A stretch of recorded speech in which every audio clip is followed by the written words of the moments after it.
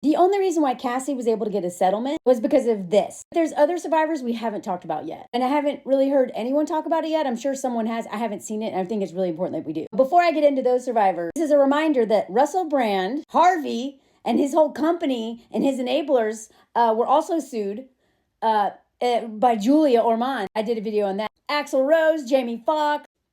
This dude, Diddy's former bad boy president, Cuba Gooding Jr., this dude, I don't even know who this is.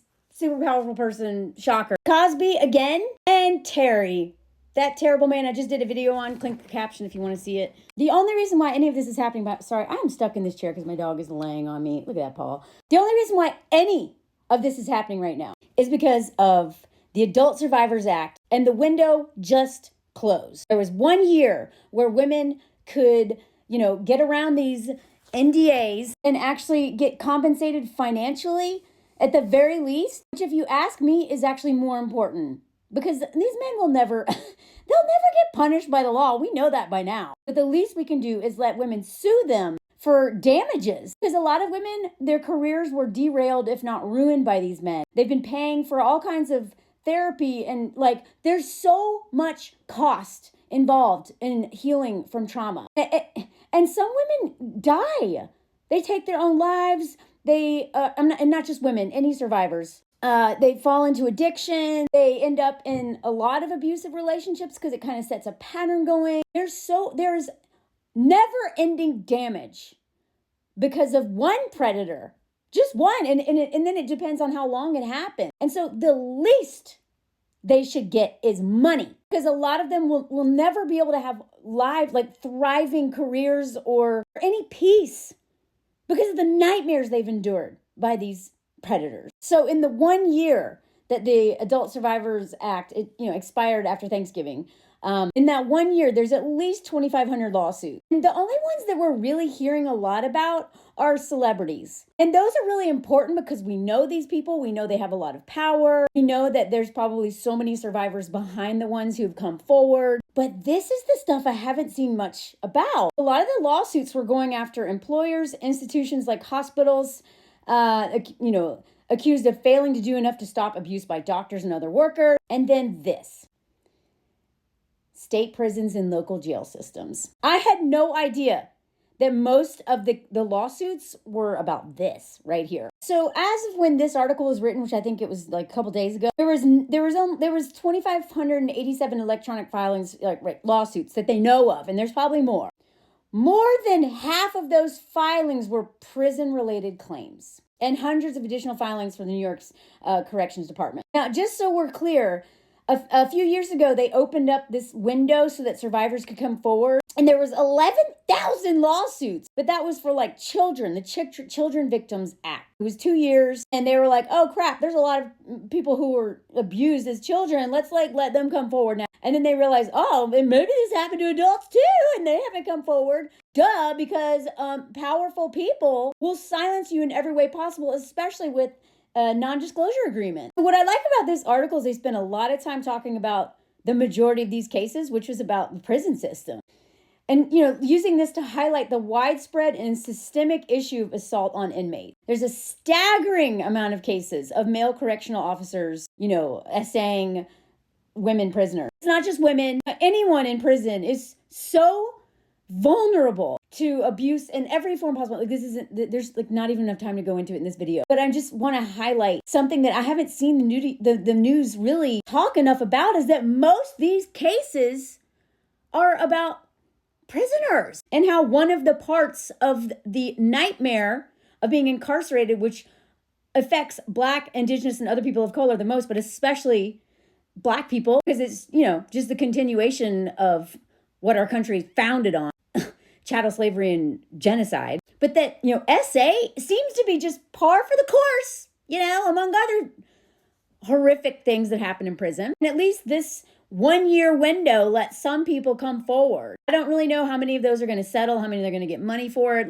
There's probably never going to be justice around it. But if nothing else, this is highlighting, this was most of the cases. Prison. It also highlighted doctors. So many doctors, y'all. There was a doctor in Queens that was accused of, and and filming essay of women, including patients. Another doctor that was brought to light, there was 100 men who say they were untrained by another doctor in the New York area, a urologist who specialized in male reproductive health.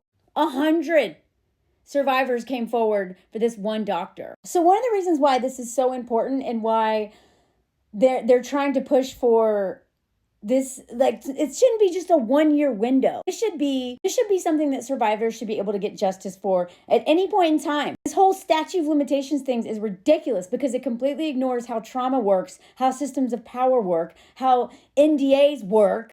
And so, they're like, look, it's and trying to argue for this change because, again, 1 year is ridiculous. I'm grateful they gave us a year, but it shouldn't be. It's windows closed now, done.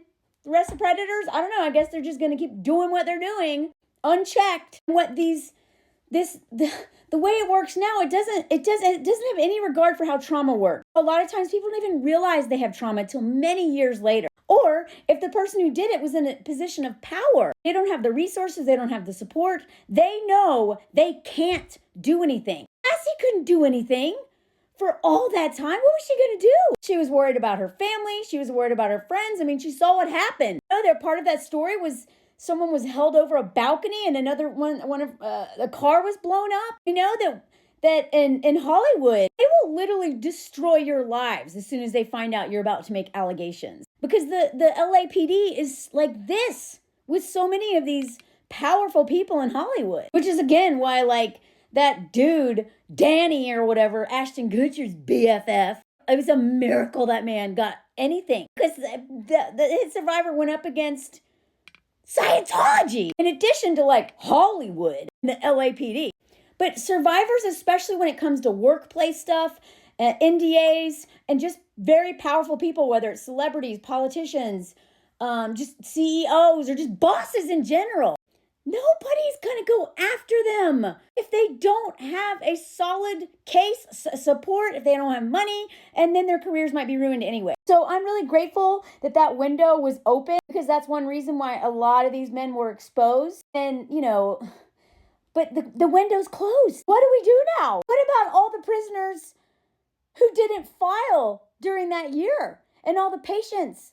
And what is so funny to me, not funny, is that survivors only seem to have even a shot at any justice at all if it's somehow work-related. If they were like your husband, you don't have a chance. That's what's so maddening about, the way that, when Me Too hit Hollywood, it's like they only care because it affected women in their jobs. We got all these men out here who have multiple allegations of DV. We got Mel Gibson.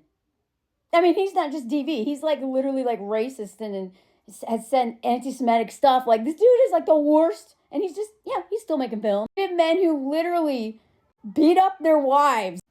Like this dude. He's doing great. This dude, have you read this article? This man has like another movie coming out. Like, we don't care about women, right? But we really don't care about them if the abuse happens at home and it doesn't affect their job. God, I promise I'm coming with a Brad Pitt video soon. Research takes a while, y'all. Be patient, it's coming. So yeah, get rid of statutes of limitation. They all they do is protect predators. And the very, very least, women and survivors, all survivors of this kind of violence, very least that they deserve is a payout. We should prioritize payouts. We know that these men will never have anything happen to them, especially if they're white. The very least they can do is pay us money. Some of us, our abusers are poor, so that day is never coming. But the rich dudes, they should pay. Because healing from this crap, I could have probably bought a house by now from how much money I've spent trying to heal from the violence of men. But I digress. Money isn't enough, but it sure does help.